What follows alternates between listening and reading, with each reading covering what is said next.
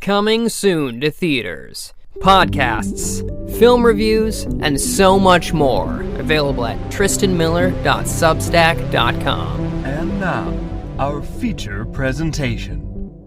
Hello, everybody. Welcome to Focus Testing, a podcast about movies where we make a movie. My name is Tristan Miller, and joining me today is the hilarious Laura. Merli, how are you?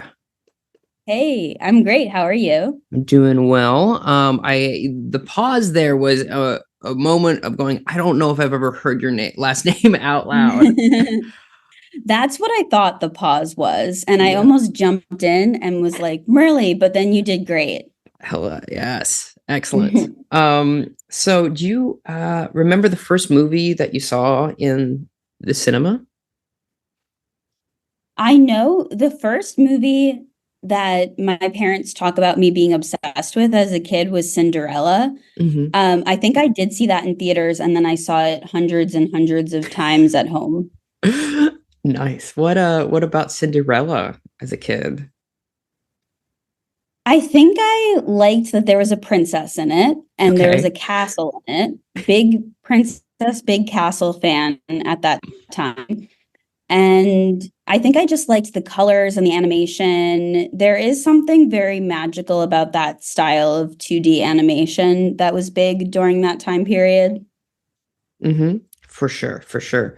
Do you still go back to Cinderella? I haven't seen it in forever. I should rewatch it, though. Yeah. I wonder how much of it I would feel like holds up. For sure. Oh, that's lovely. A lovely children's film to start us off. Do you have a favorite cinema snack? Cinema snack. Mm-hmm. I think just good old popcorn is the best. Although I honestly don't like to eat or drink that much during movies because I have a small bladder. So then I have to get up halfway through and pee. So honestly, like if I had to choose a favorite cinema snack, it'd be popcorn. But for the most part, I don't. I like to just be like, we're focusing on the movie. We're not going to get up and go pee pee. Very nice. As of this recording, the Oscar seasons are around the corner. What's a movie this year that you saw that you really enjoyed? Mm-hmm.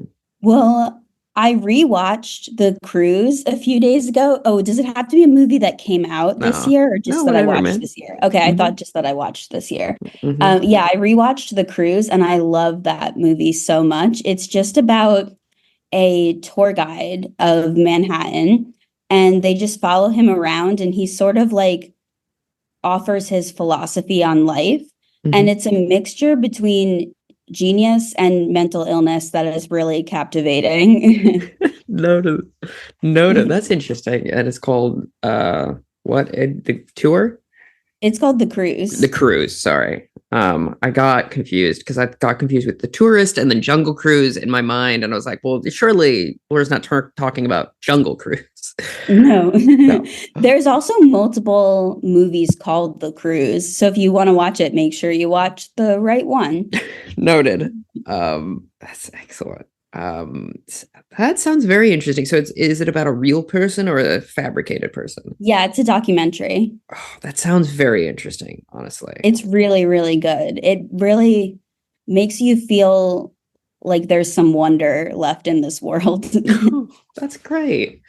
Specifically as like a New Yorker, I feel like you can really get that grinded out of you, specifically about New York as a city.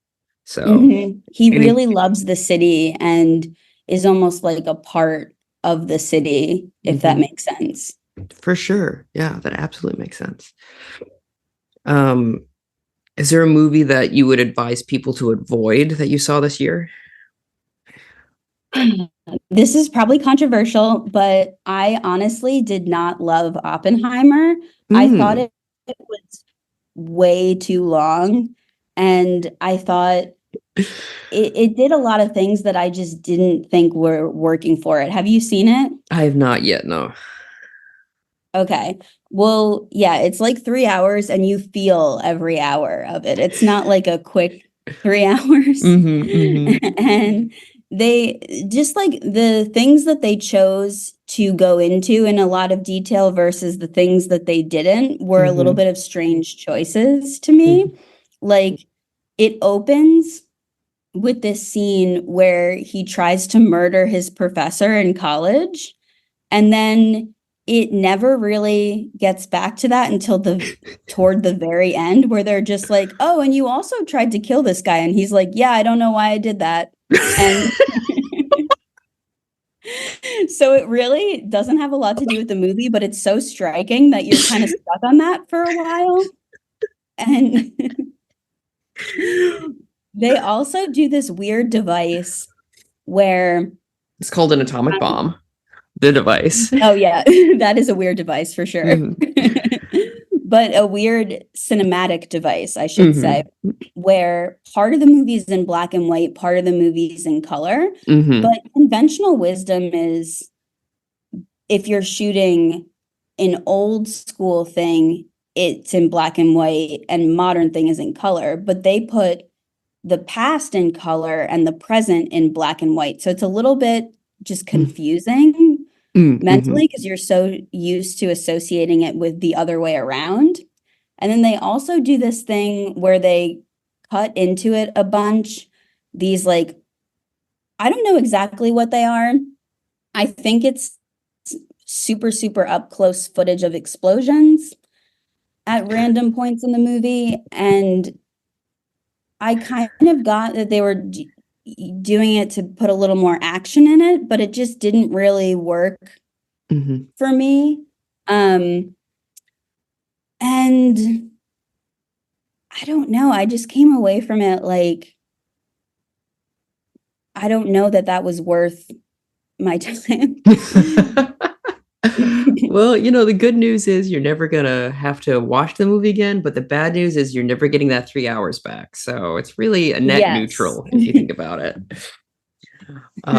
But noted. I myself, I wanted to go in the cinema a few times, and then every time I was like 3 hours of people talking about physics. I don't know if I can do it. So thank you for your service, and really is appreciated. It's a lot less talking about physics and a lot more, well, it is a little bit talking about physics, but it's a lot more like, should we do this? And then they don't really come up with a compelling reason to do this necessarily, but they're kind of like, well, we're on this train and it's running. And somebody's going to do it. So I guess it should be us. And that age-old excuse. Well, it's going to happen. I might as well. Brutal. Truly the US's whole mantra. Might as well be us. Are you ready for some double features? Sure. All right, so I'm going to come up with a film, find a film that is thematically similar but opposite in genre. I would say, let's go with Little Women. And then I come up with the second one? Yes, that is correct. Batman, the one where I forget what it's called, the one where you can see his nipples and it has poison ivy in it. Yeah. Okay. Which one is that one? That one's Batman Forever. May I hear your reasoning as to how it relates to Little Women, please?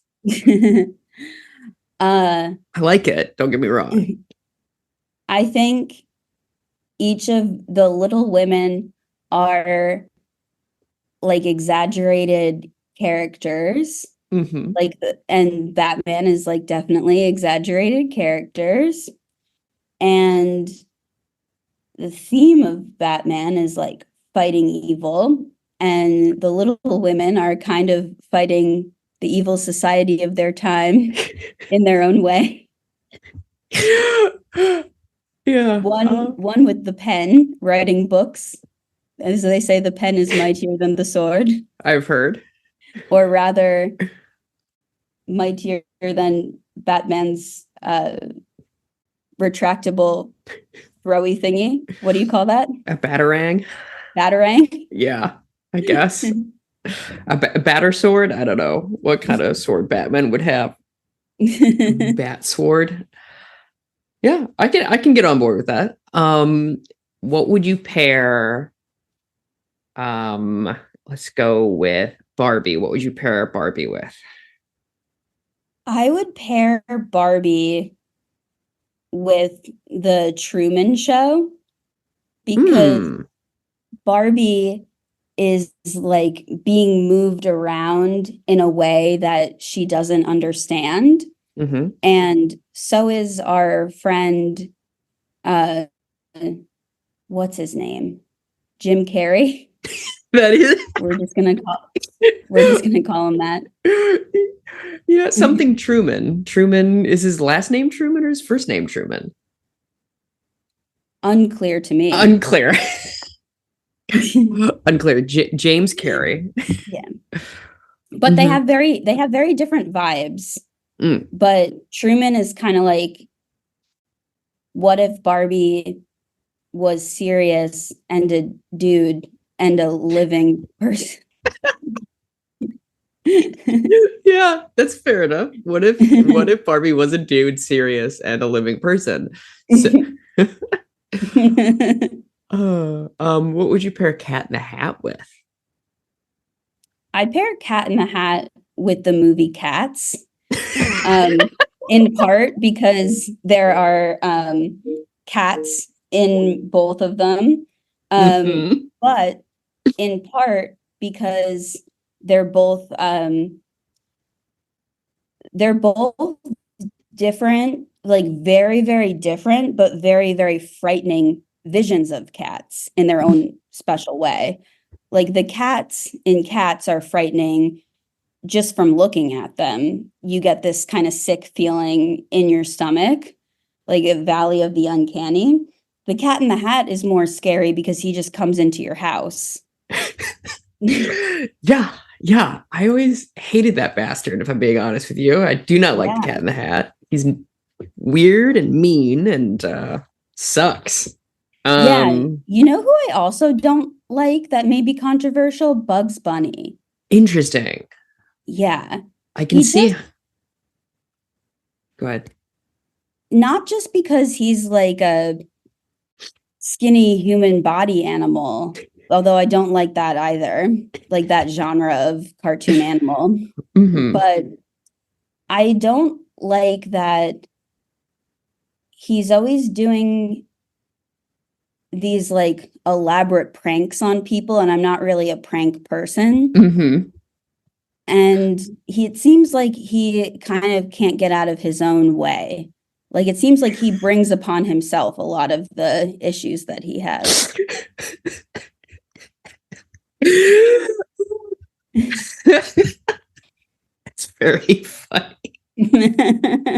Bugs Bunny is too neurotic to get out of his own way. That's why he keeps having these problems. That's very funny. He's too focused on revenge. You just gotta let things go, man. That's so funny. I would not have guessed that your problem with Bugs is that he's not self-actualized enough. What do you mean I gotta go to therapy? Yeah. Bunnies would rather trick a hunter than go to therapy. So true. Absolutely. And learn opera. And they refuse to go to therapy. Opera is my therapy. Do you want to do some trivia questions? Sure. So I'm answering these not correctly, right? You are answering them. They are earnest questions, but you can answer however you'd like. Okay. Yeah, they're just kind of fun, goofy questions about movies. Cool. Starting off with, what is movie?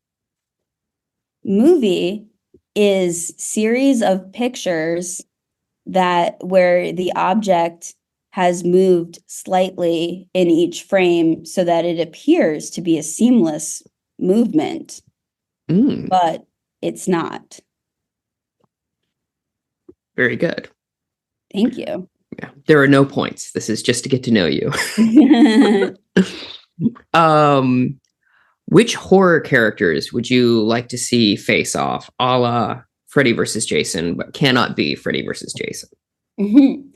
I'd like to see Pearl from that movie X, and I think the other one is, what's the other one called that she's in?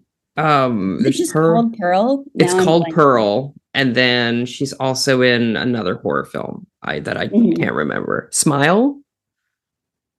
Is she in that one? No. I feel like it's called something else, but I can't remember. But her twice. Yes, her versus her younger self. Maya Goth versus Maya Goth. Kind of like when in Street Fighter, your friend picks the same character as you, and you're like, oh, come on. Yeah. Do something else. I want to be this guy. What is a movie that has the best soundtrack, do you think? Oh, I've listened to Kill Bill's soundtrack a lot. I think it's really fun. It's got some like rock, some country, some monologues from the movie in it. Well, that's fun. Yeah. I always love to get a movie monologue in the middle of listening to a CD. It really surprised me the first time I heard it. I think that soundtrack was one of the first times I heard it, and I was just like, this is not a song. But then I got used to it. That's very this is nowhere near a song. There's no track. There's nothing on this. That's very good. What movie monster would you want to fuck? Not have to, if you had to pick one. What one would you want to? And it can't be Dracula. I think the Thing, that's like a big blob. You know, the blob? Yeah, the blob. Yeah. Because it seems like it could form into any shape, and it could like form around you in a way that could be really interesting. I like that a lot. It's like, let me just try to experience something new. Yes. To be encased in something. To be encased in goo. What Marvel character would you want to kill off forever, and why? I think I'd want to kill off Superman, not just because he's one of the few Marvel ones that I can think of, but also because it feels like having the kryptonite thing is such an easy way to kill someone that I kind of can't believe he's made it this long, and his time is up. His time is up. I will say, unfortunately, point of order, so people do not get upset who are listening to this podcast.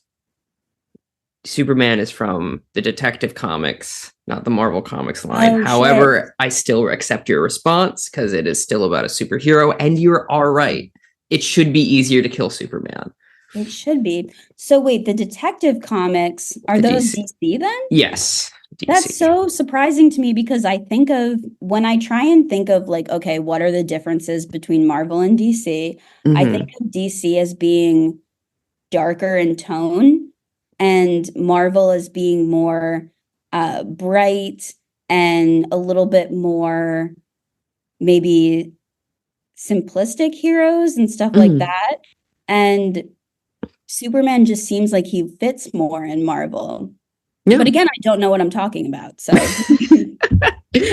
well, prepare to get a bunch of angry messages on various social media platforms. Don't kill me. Yep, please don't. It's fine. It's fine to not know about comic books. Is my hot take. Ooh. Always. Burning hot.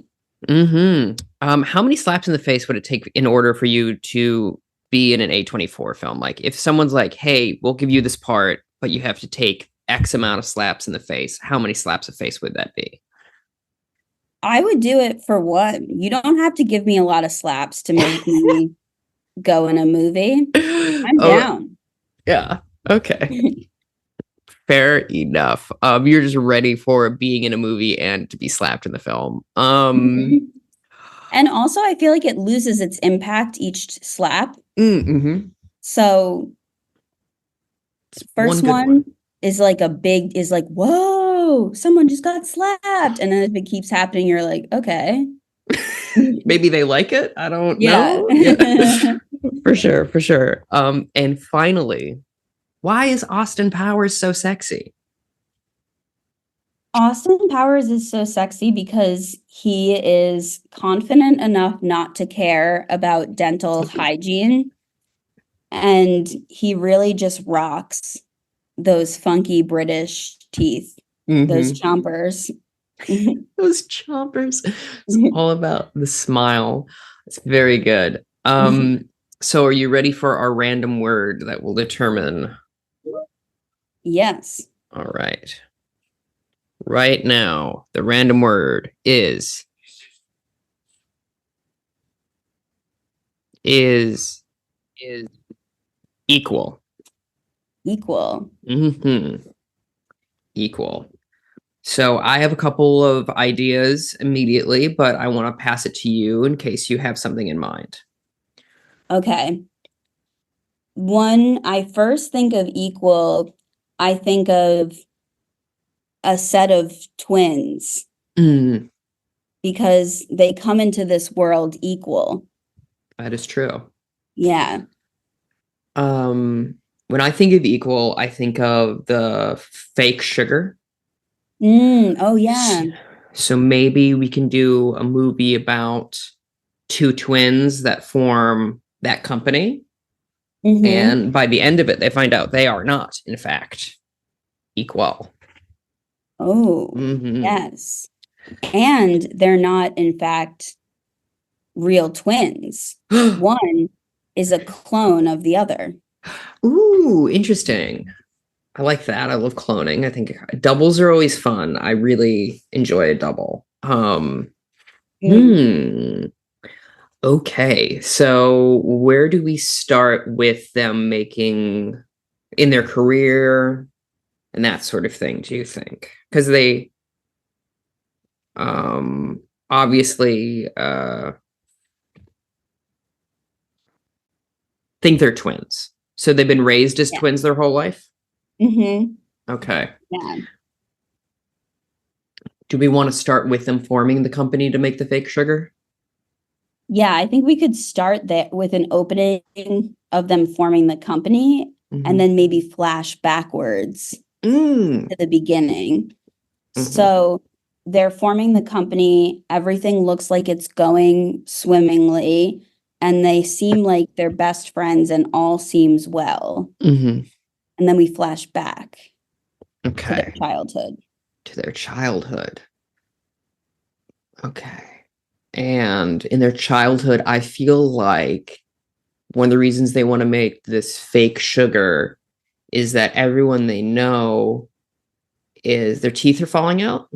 And they are not like Austin Powers. They care very much about dental hygiene.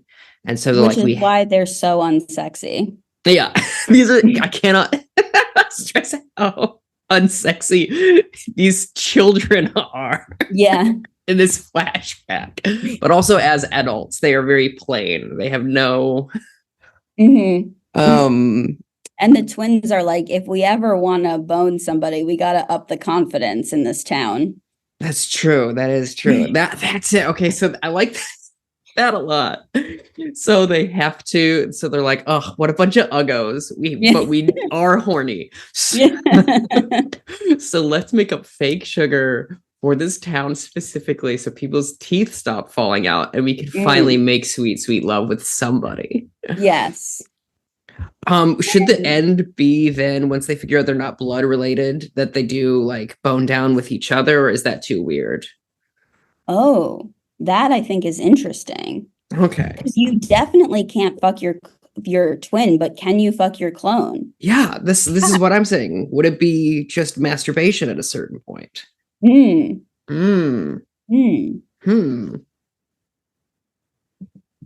I mean, that's definitely something that they have to grapple with. I think so too. I think at a certain point, clearly the movie is already off to a horny start. And so at some point, they should at least, I think, kiss at some point. Everyone's like, oh, that's fucked up. Oh, it's like a mirror. Crazy.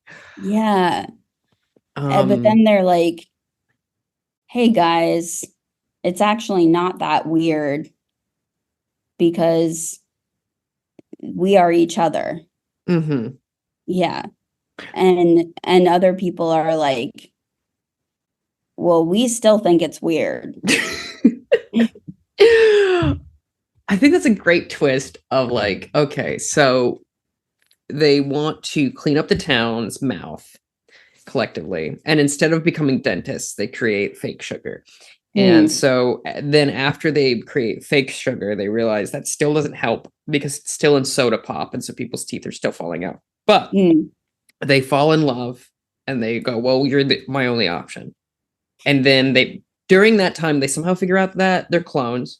And then the third act is people protesting the fact that they're in love. I like that a lot.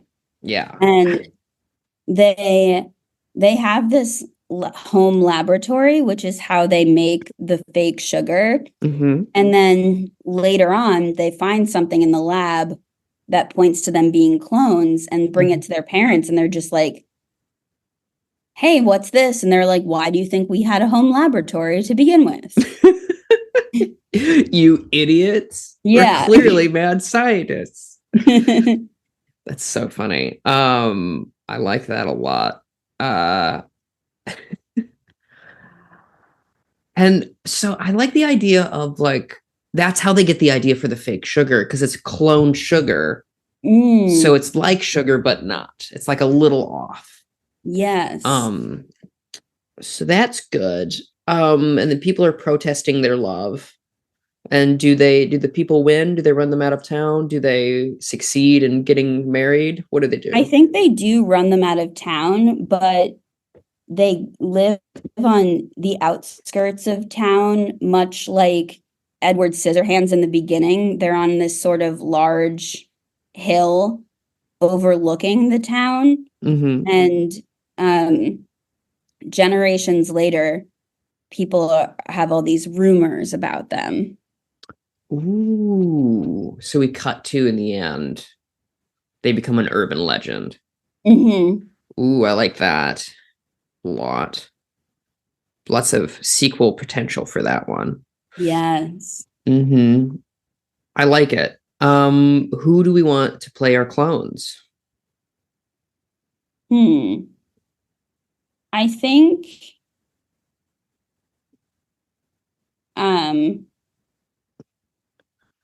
wow. I'm trying to remember a single actor. Oh, you know who would be interesting? Zach Braff. Not a name I was expecting, but that would be interesting. Yeah. Just the saddest, wistful looking clone you've ever seen. But he does look good in Scrubs, obviously, and the lab coat and everything. So that's good. The alternative that I had thought of would be getting someone like Samara Weaving, and then what is her name? That was also in Barbie. Emma Mackey, who look almost exactly the same, but they are not identical twins. Oh yeah. And so I like where you're going with that.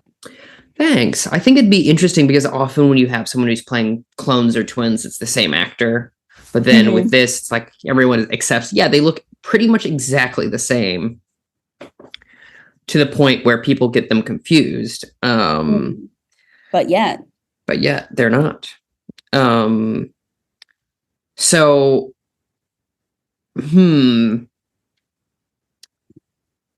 I feel like if we slot Zach Braff into the parent role, and then have Emma and Samara in the clone role, but also here's a thought: do we want to try and find someone that also looks like Zach Braff, or just Zach Braff again to play the parents, and the parents are also clones? Oh, I like the parents are also clones. You know what I am thinking now?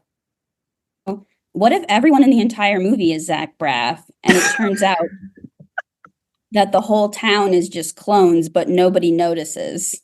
I like that nobody notices. That's very funny. They're just like, this is how a person looks.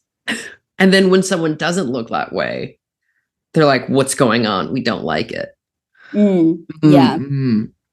I think part of me from there, I like the idea. I like that a lot. Everyone's Zach Braff, and they're all one mind. And then when two Zach Braffs realize they're clones and they kiss, they turn into Samara Weaving and Emma Mackey to be like, oh, this is a genetic mutation because they are more enlightened or whatever. And then they're lesbians on the hill. And then you're like, great.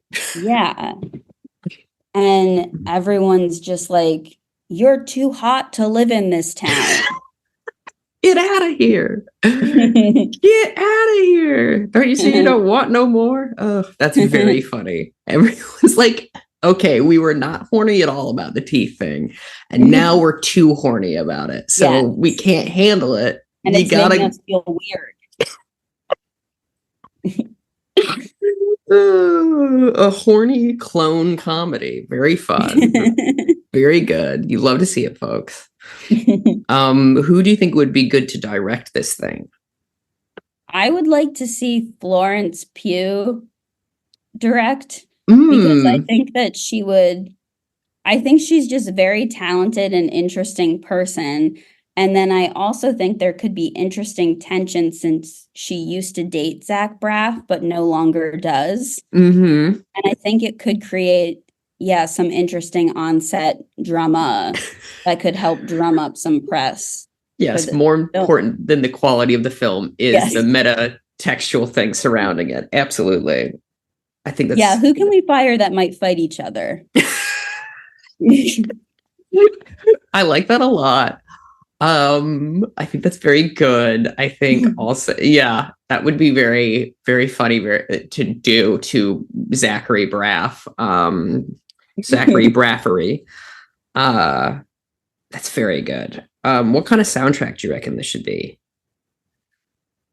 I'd like a heavy metal soundtrack. Sweet. That really just gets your head banging from the start, like sugar. Oh, that sounded more like burping, perhaps, but I think you know what I was going for. I do know what you were going for. Oh, the word perhaps. Very good. I like it a lot. I think that's very funny to do because also Zach Braff is not someone you would expect to be involved with any sort of heavy metal music. I think the music should be diegetic at some point, and some of the Zach Braffs have a heavy metal band that we see perform. Yes, they're like the town band who is really well known within their little city, and they play at like all the crucial events. And then it could, when the music comes on in pivotal scenes, it could cut back and forth between the band rehearsing and the pivotal scene. Yes, I like that a lot. Just randomly cut. So I think that would be the B plot, is that the band is trying to like get out of this town or whatever.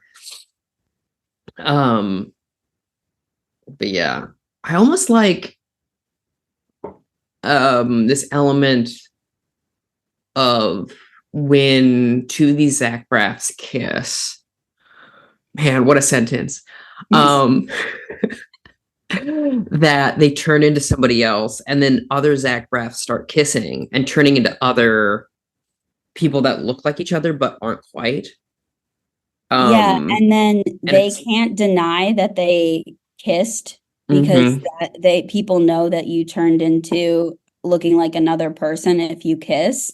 And some of the people are like, no, I didn't kiss my clone. That's weird. And they're like, how do you explain? And then it's like an epidemic. And then, of course, what has to happen is some sort of vague metaphor of coronavirus where everyone starts wearing masks to stop them from kissing in public because everyone goes not tempted. Yes, exactly. They can't look at those beautiful pouty lips of Zach Braffs and go, what if? I wonder what would happen. Would you kiss your clone? I don't think so. No? No, because so a lot of people are like, oh, I would love to hang out with my clone. I actually find myself kind of annoying. And I kind of wish there was a way to get away from me and not closer to me. Very between this and the Bugs Bunny thing. Very good. Oh, I'm my own Bugs Bunny to myself. I'm just like, yeah. oh, cut it out, Laura. It's very funny. Very good. Is there anything else about the film that you would like to say before we move on to the lightning round? I just think that this film should have a really good editor because I think it's really going to come alive in post. Mm-hmm. So I think that we should get that editor. I don't remember what her name is, but the one that Quentin Tarantino only uses. Mm-hmm. Just, really make sure that we get it nice. That makes sense, and I will agree to it because it's going to be such a pain editing around the same actor so many times. Yes. Oh, what a nightmare. Zach Braff, something I want to do. Not something I would like to do. Also, Zach Braff, gonna get paid. He's the main lead, and he's so many times. Does he get paid per? He gets paid per role? Yeah, that's what I was saying. Yeah. He simply must. Yeah, I suppose so. Interesting. So, great. So that was equal. Thank you. A perfect film. A perfect film, no notes. Gonna get it made. Gonna call up Matt and Ben with their competition, their green light competition. Be like, I got one for you. I'm gonna be like Back to the Future, that sound you're looking for, and then I just play them the podcast and I'm like, who is this? Anyway, so for our lightning round, we get the same word, and you do a very quick pitch, and I do a very quick pitch. Okay. So for lightning round, come on, I would love a new word. I have toss. Toss is a film where someone tosses a bouquet and you know who catches it? A cat who was walking down the street just looking for its mouse and it got a little bit turned around. And then people are like, oh my God, I can't believe a cat caught the bouquet. But then someone else is like, we have to make sure this cat gets married next or else none of us will be able to get married. So then it's like a zany buddy comedy where they're trying to find a match for this cat. Oh. And it ends with a beautiful ceremony where the cat throws the bouquet. And just as a person is going to catch it, a bird swoops in and gets it. And it's like, wah. Oh, that's very good. Oh. A+. For me, toss is about a salad competition. It's a Midwestern salad competition, and I don't know if you know this, but in the Midwest, basically anything can be a salad.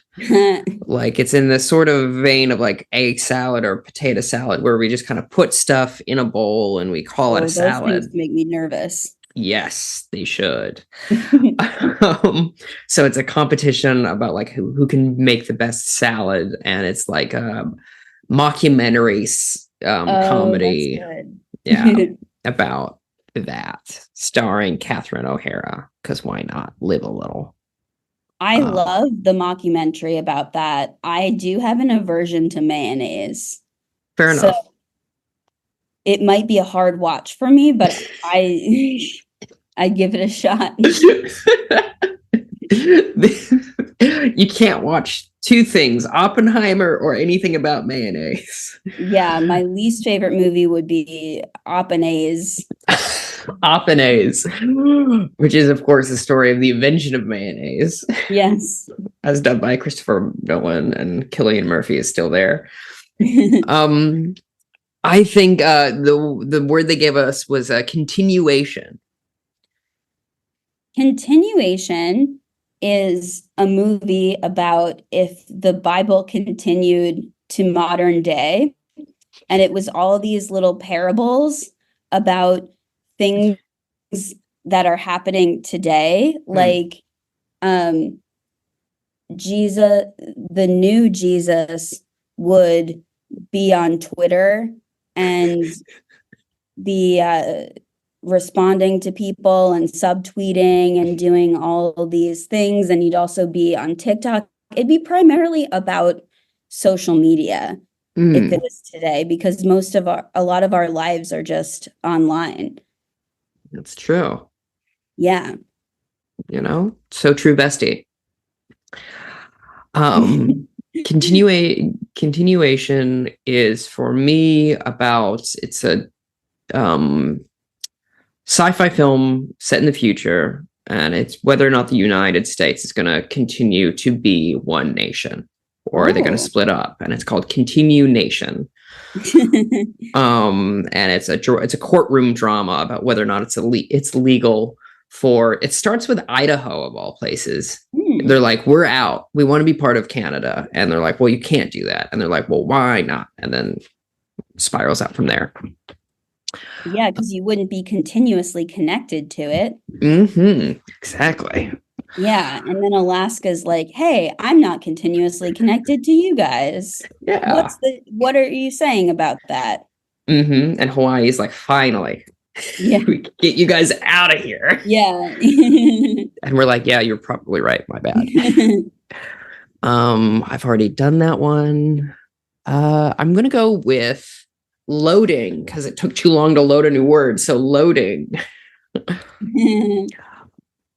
Loading is a movie about a high-powered computer that is like the supercomputer that the whole simulation for our universe is on. But our universe has just gotten so complicated that the computer gets like overstimulated and it can't run the graphics card right anymore. So in our world, there's all these little freezes and blips and things going on like that. And we're all like, what the fuck is going on? And then some people are like, you're in a computer. And other people are like, God is mad at us. And other people are like, I don't see anything wrong with this. And then one person realizes that there's just too much going on, and that's the problem.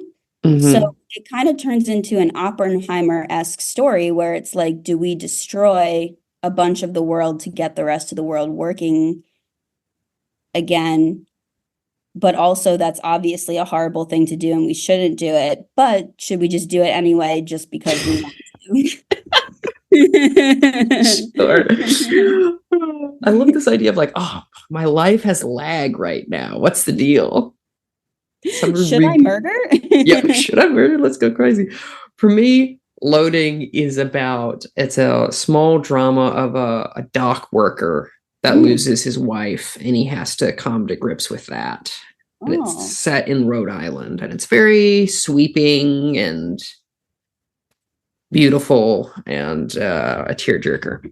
Oh, an Oscar bait, as they say. As they say, yeah. Starring Nick Offerman with a massive beard.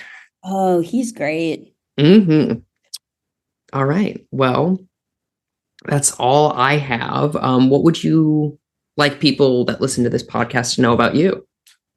Well, I'm on a lot of social media platforms, longer than I would like to be.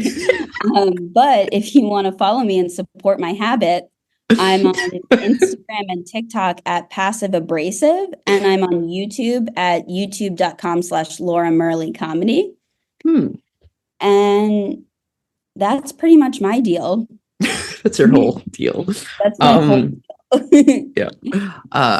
Listener, you can support this podcast by going to tristanmiller.substack.com for early access and for the video of it if you're interested. Also, if you came here for Laura and not me and don't know who I am, you can follow me at Tristan J. Miller everywhere except for x.com, which is, well, you can just go to my link tree. It's fine. It's in the bio. And also, I want to say thank you very much, Laura. This was heaps of fun and 10 out of 10. Great job. Thank you so much for having me. This was a lot of fun.